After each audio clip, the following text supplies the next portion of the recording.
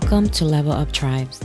Level Up Tribes provides resources to help you attain the necessary resources to level up your mind, body, and soul and realize your full potential. It is about exploring, learning, providing you with the tools from the experts for you to create a better version of yourself.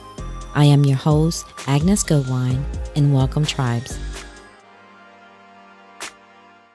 Today I have Jenny Bilskie-Smith, who's going to join us to talk about her 5 tools with Jenny, and I absolutely love it. So I wanted you to come to the show to talk about that. But before we get to the 5 tools with Jenny, I wanted you to kind of give us a backstory on your social advocacy work that you've done professionally for so many years Sure. as a social worker. Yeah, well, first off, thank you so much for having me on this show. It is such an honor. I love your work, and I think that you are a wonderful interviewer. So with that said, my social work career started a long time ago. I was actually working on my bachelor's degree, and I combined 3 different areas. I was looking at nutrition, exercise, and psychology, and I wasn't sure what I was going to do with that. I didn't really want to be a dietitian or like a physical trainer, so I wasn't quite sure where I was going with it. But while I was working on my degree, I got a job at a group home for adolescent male sex offenders. Oh, wow. Now, I am this 21-year-old, and I had no idea what I'd gotten myself into. Now, pause for a minute. Now, you'll relate to this. I've heard you talk about this before, but I am a feeler. I just have always been that way. I feel other people's feelings. And so when I started at this group home, while these boys, they had offended on other people, they themselves had this huge trauma. Usually they'd been offended upon themselves, and they were young, and they were, in a group home away from their families. And my heart just broke for them. And when you're a feeler, you don't always it takes some time to figure out how to work with that. So as a 21-year-old, I had no idea. But Right. The thing that really grabbed me, I'll share with you, is that I loved watching the therapists work with these kids. Now, they were so creative, and the idea was, how can we get these kids to be a little bit more empathic? And if they could be a little more empathic, then they'd be less likely to reoffend. And now with sexual offense, it's like this kind of ripple effect. So it's like they had been offended upon, they offended upon somebody else, and those people are probably a little more likely to adopt some sexually maladaptive behaviors and so forth. So I just thought, if the therapist could get just one person to stop offending, look at how many lives they have intervened upon. And I just thought, I was struck by that, and I thought, what more purposeful work is there? Yes. And so that's kind of what grabbed me and really threw me into social work. So that's where I started. That was in Utah. And then I moved to Arizona, and it continues. I saw that you did a lot of coaching for the actual workers. You did a lot of coaching, workshops. Can you talk about that a little bit, how that shifted? Oh, I'd love to. Yeah. Remember, I was young, so I pack up I think, I'm done with Utah. I pack up my car, come to Arizona, and I get a job called the Department of Child Safety. It was formerly known as Child Protective Services. And I first got a job as a case manager, and I showed up at training, and I thought, this is what I'm born to do. I have arrived. And so, I started to get my cases, and I had some amazing cases. I worked with some amazing families, and I watched people recover from all kinds of stuff, all kinds of drug addiction, all kinds of trauma. And I got to sit in the front row and really watch them evolve. And it was such an honor. But while I had these beautiful cases, I also saw some really difficult stuff, unimaginable abuse and sexual abuse and neglect and stuff that I don't think that I was prepared to deal with. And there's this kind of this covert message in these big systems. And at least this is a message that I heard. And it's almost like it whispers, be tough, don't feel. And so I got this message, I need to be tough, don't feel. And if you showed that you were affected by that stuff, or if you shared it, people might say things like, you just got to compartmentalize, what's wrong with you? And, what I know today is that you do have to compartmentalize when you're in the situation dealing with chaotic. But Yes. once you're out of the situation, you got to feel the feelings at some point. Well, I didn't know that. So I, kind of carried on, and I kind of knew better than to say that I was struggling. So whenever the emotional burden exceeded my emotional resources, I just kind of try to figure out how to deal with it on my own. Right. Well, so then I carry on, I get a job as a supervisor, and now my exposure increased. So now, rather than just my caseload, I am seeing 7 different case managers' caseloads and all of the families and all of that stuff. And this real subtle shift started to happen for me. And it's so subtle that you really don't see it when it's happening. But for a feeler like me, we're really vulnerable to this kind of thing. What happens is, it's so hard to feel it all that eventually, if we don't have good tools, we kind of like just shut off and we start to protect ourselves.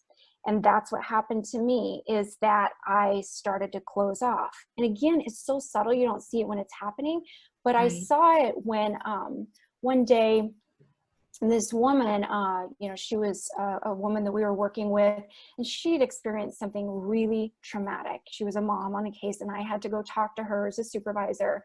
And I'm not proud of this at all, but I had no feelings. Like, I couldn't access my feelings. And I was very politically correct with her and unemotional. And she called me some choice words. And of course I didn't take it personal, because like, she was dealing with something incredibly traumatic, but it kind of did take it personal, because it was the thing that made me go, you know what, you really have shifted.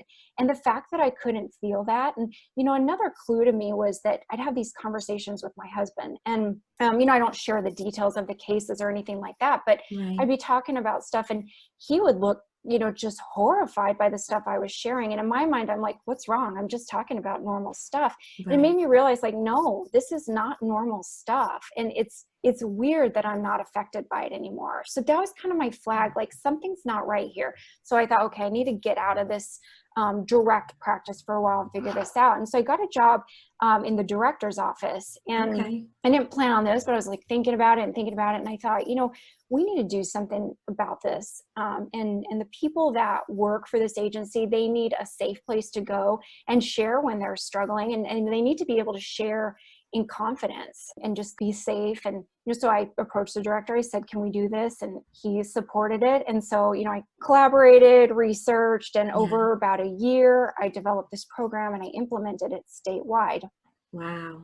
So that was a great program. And then it was kind of like, okay, now I feel like I've done what I need to do here. Don't systemic stuff, the don't feel, and, all that. It's like, I think I took a little tiny chip out of it, but it's like this giant boat, and it takes like so long to really turn it around. So I thought, like, I don't know that I'm going to be effective here within this boat. I think I need to get on the outside and maybe tackle it from a different angle. So it's like, I think I've done what I need to do here. I'll share with you this like shift to getting to where I actually quit. That's that pivotal moment. What did it? Yes, that's it. Yeah. So I like how you say pivotal moment, because it's funny, like, initially it was this like quiet whisper. It was this quiet awareness, and I might have missed it, but I'd been doing social work for about 15 years at that point, and I might have missed that subtle shift. But I was writing at the time, like writing a lot. I had an hour commute to and from work. So I'd leave a little early so I could miss the traffic, and I'd stop at a coffee shop. I set my timer, and I'd get my coffee, sit down at a table, set my timer for 50 minutes. And I had a spiral notebook, and I just wrote and wrote and wrote and wrote, just kind of whatever came to mind, like unedited.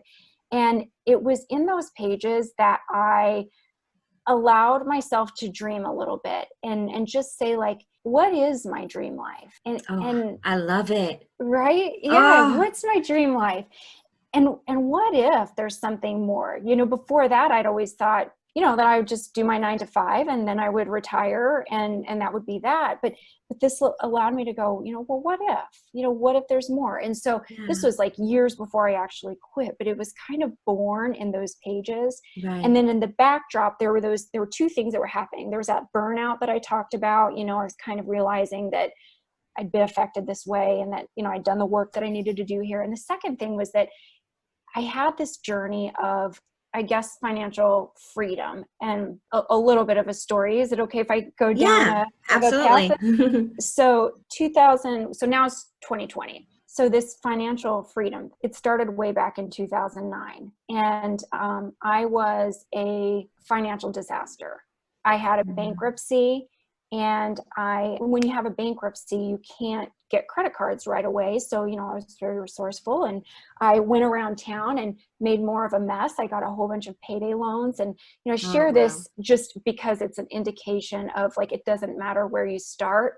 It's Yes. okay. So I Yes. really was a big mess. And the worst thing that I did that, I'm not proud of, but I think it's important to share, is that I was manipulative to my mom mostly. Yeah. She didn't make a lot of money, but she had 2 jobs, and I didn't outright ask for money, but I'd do this thing where I would share with her, gosh, I don't know if I'm going to be able to pay my electrical bill, and I don't know if I'm going to be able to pay the rent. I created this, like, sob Yeah. story, and my mom is a feeler too. I'm sure that's where I get it. So it breaks her heart. And so she would do everything that she could do to try to repair that. And it was just, this kind of unhealthy dynamic.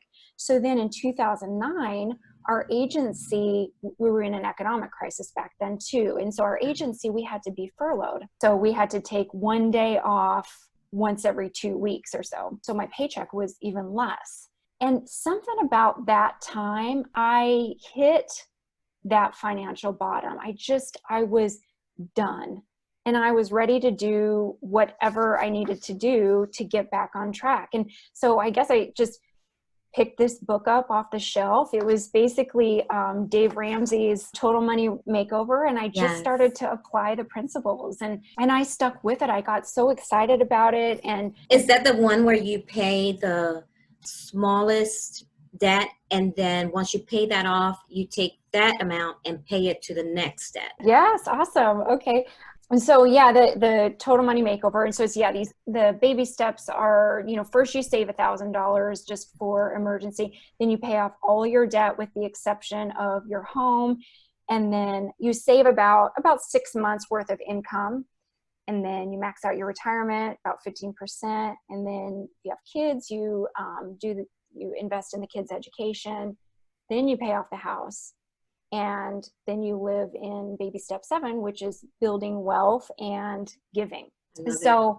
So that's what I did. And, it took 10 years to do all that. But the thing is that this money has such a momentum. And so just to illustrate that, the first $400, it took me 5 months to pay off Wow. $400. What made you keep going? Because I've done it. I need to actually, and I'm glad that you mentioned this. This is a sign for me to start back into the program, because, when you see your debt, it's kind of disheartening because you're like, oh, I'm never going to pay this off. What did you practice to kind of keep that momentum going, without giving up? So I got kind of obsessed with my Excel budget worksheet. And I just, every time I got paid, it was so invigorating for me to see just the little chip off. And once I got, so when you start, it's like, it's so overwhelming. And you think, like you said, this is never going to work for me. And it certainly takes some time, but it starts to get some momentum. And so, like, that whole debt part, that took probably around 7 years for me. Wow. The first 3.5 years, I only paid 3% of the debt. The second 3.5 years, I paid the other 97%. So I share that just so you can kind of see how money really has that momentum. And I really was just willing to do whatever I needed to do. The other thing is that I think once we shift our energy, my money energy before I started was this energy of desperation. And it was very destabilizing. It was destabilizing to me, and it was destabilizing to those that were close to me. And then once I shifted my money energy, to this more self-sufficiency, my money energy was empowerment. And I had, it's like building this foundation that, you know, one day I would be able to give from.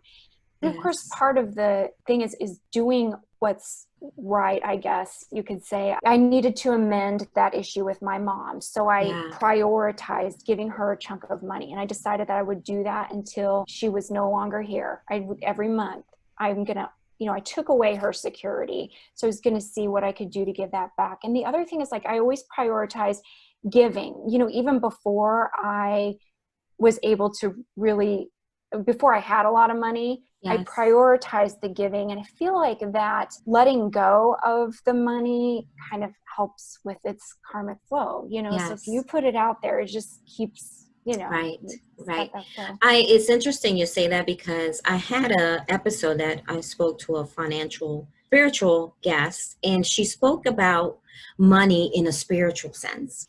And I never really thought about it that way, but it does make sense. You know, we bless our food, we bless the things that we have, but we tend to not really bless or have that positive relationship with money. Mm-hmm. Yeah. We kind of treat it like it's some evil Yeah. you know, object. And I think you're right. I think when you shift that mindset to say, I'm thankful, I have it, I can give it because it's going to come back to me. I think Mm-hmm. when you shift that relating to money, I believe and I know that it makes a difference. Yeah. And you know, Yeah. and you know what I've started doing, Jenny? When I pay my bills, I pay them with gratitude, with happiness. I'm not in that mindset where, like, oh, I got another bill to pay. You know what I Yeah. mean? It's a great example. I know. I love Yeah, that. you kind of Great have to example. change that to say, you know what, I have it, and more money is going to flow back to me. Mm-hmm. You know, it's like a cycle. You know, you I give, love it comes that. back. Yeah, when you sit down to do your bills, you reframe to I love that. I also think, like, I kind of think of it like it's not my money. Like, I am a steward of this money, and I think of it like I want to be a good steward of it. Like, I have the gift of managing this money. So am I managing it appropriately? Am I using it to put good in the world? You know, Yes. that kind of thing. So, like, Yes. it's not really mine. It's kind Right. of helps me get my mind around it too. Yeah, I like that too. Yeah. So you follow the step to get financial freedom with the Dave Ramsey program. Is that what led you to find the freedom to go and say, you know, I'm just going to leap out and I'm going to do what I know I can do for myself and be an entrepreneur? Is that what did it for you? That's it exactly. And so in May of 2019, my husband joined me on this journey in 2014. So we combined our finances. So when I say we, that's what I'm talking about. But Okay. in May of 2019, we finished baby step 6, which is pay off the mortgage. And Wow. we'd set aside this chunk of money to live on for a while. And that's what allowed me to quit my job. Now, I didn't have any other source of income. So it was a leap, and we were nervous, but we'd been talking about it for a long time, kind of mapping it out and planning it. Yeah. And so that is exactly it. I love stories like that. It takes guts. It takes away the self-doubt that we often have to take those leaps, you know, Yeah. because if you give anyone, and this is just my personal opinion, all the resources that they need, we will have so many entrepreneurs and small I businesses, know. you know, Yeah. everywhere, because we all have that one idea that we have that we're either scared to do it, or we don't have the resources to do it. Mm. You did both. That's awesome. Yeah. Yeah. It's like you just first let yourself dream, and maybe it never Yeah. happens. Maybe it does. Who knows? But, just let yourself dream, and like that whole manifestation thing. And then, yeah, what can we do to move towards it? So let's talk about the 5 tools with Jenny. When I quit, I wasn't sure what I was going to do. I kind of thought it would go a certain way, and I'm a planner, and so I, was really uncomfortable with this, but I said, this is my opportunity, and I'm going to follow my curiosity. I'm going to give myself permission, at least for a period of time, to follow my curiosity, and I know that it will lead me to the places, to the work that I'm supposed to be doing. And so what happened, what evolved, and what popped right back out are these 5 things. Mindfulness is one of them. And then the practice of writing for me, or creativity in general, Okay. wellness, and then reading, and then the financial freedom piece. So I'll tell you a little bit about what those mean. So the whole mindfulness piece, this is really like a spiritual practice for me. It kind of boosts my attention and it enriches my interactions with my surroundings and my community. And it reminds me that I'm part of this big collective whole. You know, like I'm not alone in this world. We're all interconnected. It's like I'm part of this big greater good. I can kind of sit in this presence, you know, and feel that bigger presence. So that's I kind of the love it. mindfulness. We want to sit with that for a minute. Oh, I like it. No, I know. I love it. Also, the whole creativity thing. I mean, I think that's kind of a spiritual practice too, because it's like, I think it's so fascinating how we can take these things that, you know, exist in some realm, or maybe just in the deep recesses of our mind, and we can like bring them into the concrete world, and so that we can interact with them in a meaningful way. I think that that is so magical. Yes. And then the whole wellness piece, that kind of gets to like the groundedness in my physical body. And so I'd like to talk a lot about food and movement, and, you know, not from this like rigid diet perspective at all, but more from like the way that food connects us to each other and the earth, and even movement. You know, like, yeah, I mentioned to you before, I love doing Zumba, and, you know, just the way that that movement connects us all. And then the reading piece, I mean, I don't know about you, but when I read a good book, it's like that author and that story, it weaves itself into me, and it shifts my perspective. And it's like when you're talking to somebody and having a conversation, sometimes like defenses go up and guard goes up. But when you're sharing story, it's like that guardedness is not there so much, so people can listen and incorporate the information. I remember like the first time this happened to me was in 9th grade. I was reading The Color Purple by Alice Walker. Oh, yes. Under my covers by nightlight, you know, and I couldn't put it down. And like, she speaks so beautifully about pain and trauma, and so transparently. And then it's like this beautiful story of resilience and finding this connection with something greater. And so reading, of course, and, you know, I like to do book reviews, and then the whole financial freedom piece that, you know, we kind of talked about. But again, I really think that that's a spiritual practice. And, you know, we kind of talked about why I think that as well. But so, and I think that all those things are really interconnected, and they create this framework for greater sense of wisdom and well-being.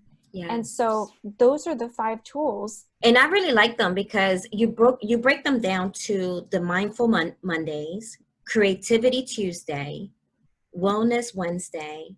You have your book review Thursdays, and your financial freedom Fridays. So, which gives your audience a way to, oh, I can't wait for the next book review. What book is she going to, you know, talk about this time? So I think they're fun, and I always look forward to your posts. I wanted to ask you, how do you pick your books, and do you read them in that short time period?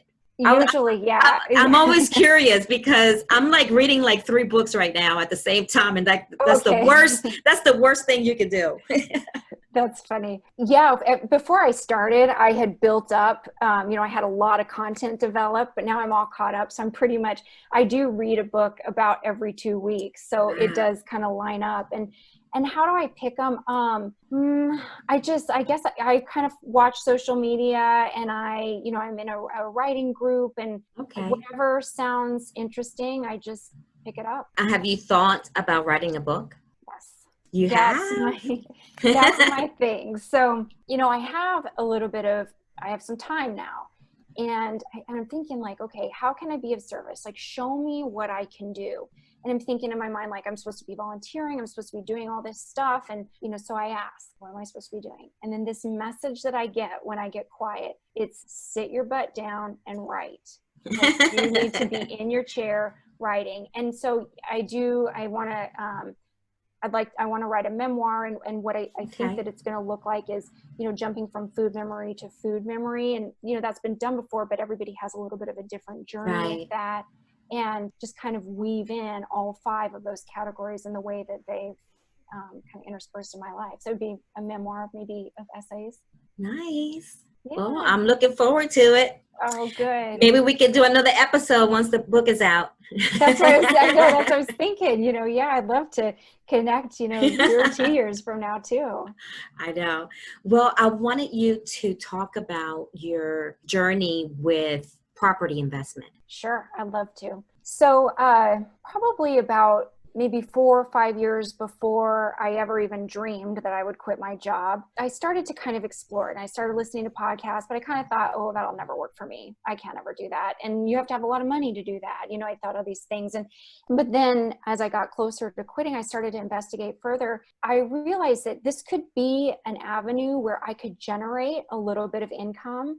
And I wanted to do real estate investing not as like a full-time job, which some people do, and that's great. But I didn't want that to be my full-time job. I just wanted to generate some income so that I could be over here building the life of my dreams. Yeah. So that was kind of why I chose real estate, because it has that power to kind of bring in some passive income. What I learned and what I like to do is I apply this strategy called the BRRRR strategy. Have you ever heard of that? No. What's the name of it again? BRRRR, it's an acronym. So it's like BRRR. Okay. And it stands for, so you buy the property and you're looking for these below market value properties. You're basically looking for a piece of junk. And then you fix it up and you rent it out and then do a mortgage. So you're a refinance. You get a mortgage, and the mortgage is in the way of like a cash out refinance. What happens is you put this money in initially, and then at the end, you pull that money back out as your mortgage. So I have this cash right here. So I cover all the costs of buying the property and rehabbing it. And now the house is worth a little bit more. So there's even a little bit more cash there. So you're thinking like, well, wait a minute, now you have a mortgage. What do you do with that? Right. Well, the rent covers the mortgage. It covers, it lets you set aside some money for like in case the property goes vacant, or if the property, if you have to do repairs, Okay. or if like property management, if you do it out of state, Mm. and then you get to bring home a little bit of cash each month. I saw that you invest in properties outside of Arizona. What made you invest outside of where you live? I would think that would be kind of hard because you have to kind of manage everything. A lot of people say that, and I haven't done it any other way. So I don't, in my mind, I don't think of it as hard because I just don't really know another way. But the reason that I chose another state is just because the market here, the magic really is in finding a good property to buy. That's how you can make the whole thing work, is if you find that perfect property. And here in Phoenix, the market is such that it's really hard to find those properties. And I'm not saying they're not out there, but it's just really hard to find them. And I'd spend a lot of time searching. Okay. Remember, I don't want to spend a whole ton of time doing that. I want to be over here doing my writing and that kind of thing. So that's why. So there's some other markets in the United States where you are more likely to be able to make that happen. If someone wants to invest, just to get that passive income, I think that's where the wealth is when you can, like you said, you mentioned creativity many times today. And so, and I think it's important because that's how we grow, that's how we learn, that's how we evolve, is the creativity part of ourselves. Who do you need in your team to say, okay, I want to invest, but who do I need? Who do I call? I thank you for connecting the real estate investing and the creativity piece too. I appreciate that. Yeah. When it's out of state, first you got to find your market that you really like, and there's ways to do that. I kind of go through all this stuff on my blog too, if anybody's interested in just seeing more of the details. But the team that you build is, first you want to have a real estate agent. And so I invest in Atlanta. I found this guy. He's awesome. This is a funny story. My husband, so it's like, I reached out to all these real estate agents, and I'm this beginning investor. Nobody responds except this one guy. Oh, wow. And I'm like, okay, what did I do wrong here? and so anyway, but we start talking, and I really like the guy. I really trust him. And he seems concerned about what I need. And so I'm like, I'm using him. I'm kind of like a go with my gut type girl. And I love it. So then it occurs to my husband to check him out on LinkedIn. Well, he had only been doing real estate investing for a real short period of time. He had owned a restaurant, and that had since closed. And before that, he was a server and bartender. So he didn't really have a whole lot of experience. So, my Ah, husband, so I was like, honey, just trust me. Just trust me. I like this guy. yeah. And so the first time I found a property that I liked, I called him and I said, can you check this out? Boom. He was there at that property for me. He was checking it out. He took pictures and videos for me. Because he hadn't been in the market for a long time, like he really had that hustle and he really cared. Mm. Also, he grew up in that area. So he knew, what was good, what was going on, what Yeah. was up and coming. And I mean, he's been great. So he's the first guy I want. Okay. So then I want a property manager because I'm out of state. So I need somebody to manage this property for me. Now that doesn't come into play until I get a renter, but I want to know who it is up front and ask them, if I buy this property, are you going to be comfortable managing this for me? Yeah. Will you join me in this? And then a contractor, of course, somebody to do the rehab. Do you find that's the hardest part of the entire project is the contractors? You have to get permits and you have to do this. You are so right.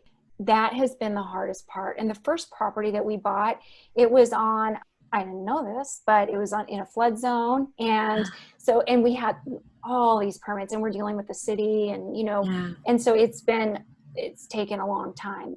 On another property, we got a different guy and we love him, so it's just, you learn what you like, you learn what you're looking for. And that's the thing too, is that I want to say about some of this stuff is like, you can read and read and read and you can really educate yourself and you can but you don't really learn until you do it.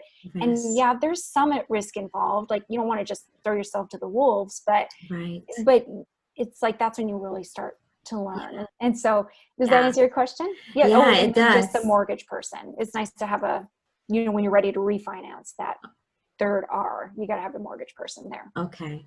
That's a team. awesome. Yeah. I'm so excited for you. It sounds like an adventure and things are just working out for you. Lovely. I love to hear that.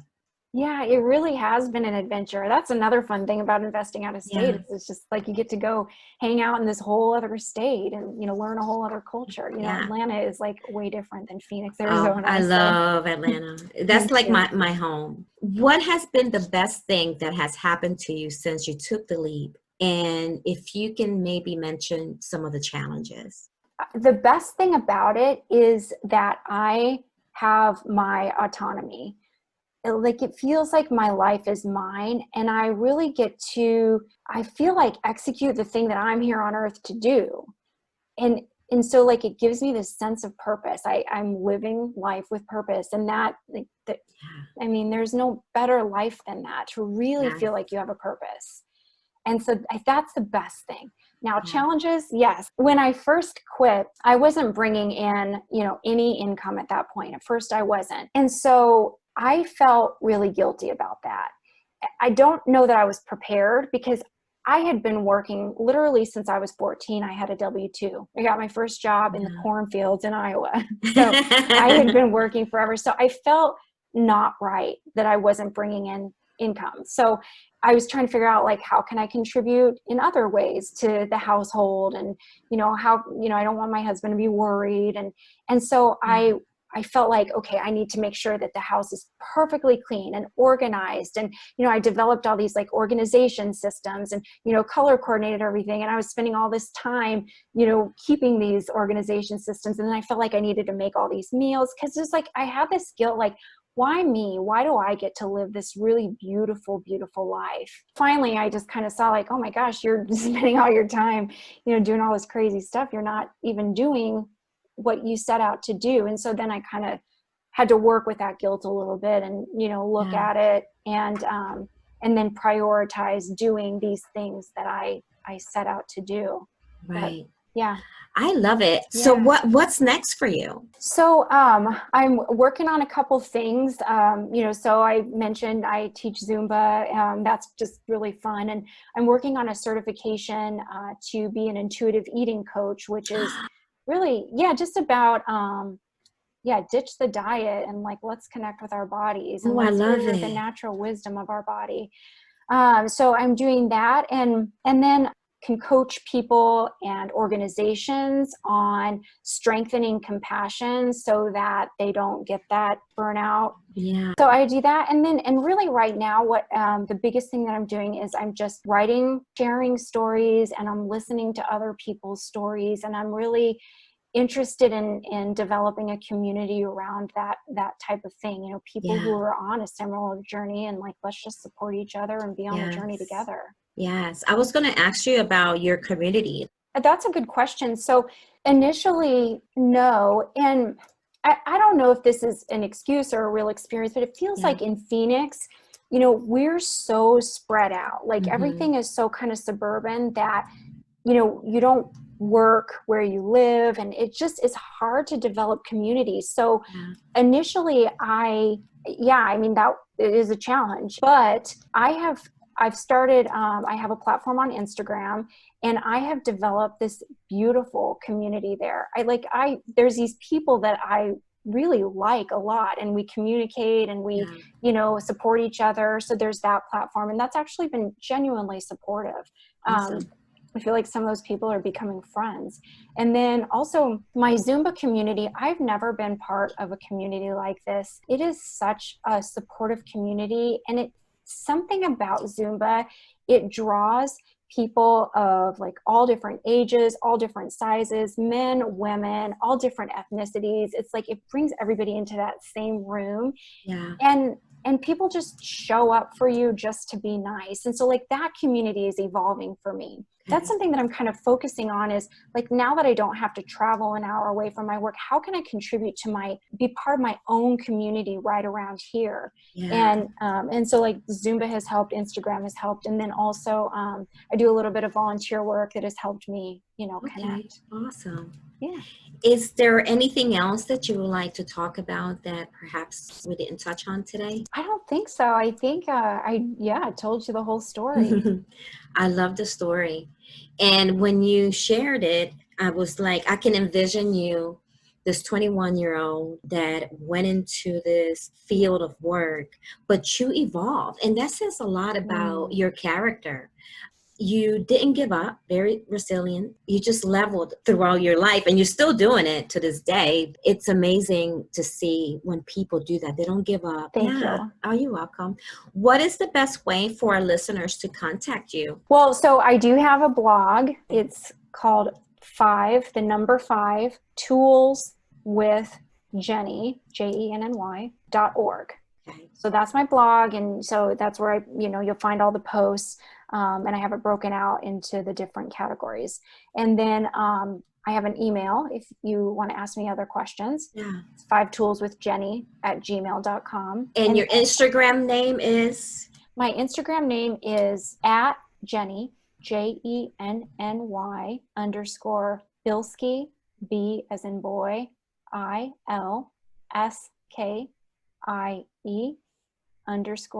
_Smith. It was such a pleasure talking to you today. I'm so glad that we connected.